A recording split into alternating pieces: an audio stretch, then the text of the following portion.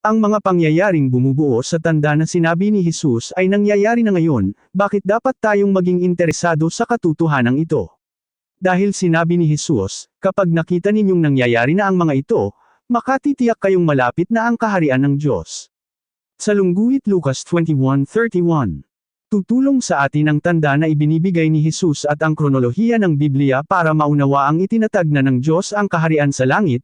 Nang panahong iyon, iniluklok niya ang kanyang anak, si Jesu Kristo, bilang hari. Awit 2:2, 4-6-9, malapit nang mamahala ang kaharian ng Diyos sa lupa, at aalisin nito ang lahat ng kumikalaban sa kanyang pamamahala at gagawing paraiso ang buong lupa para maging tirahan ng mga tao magpakailanman.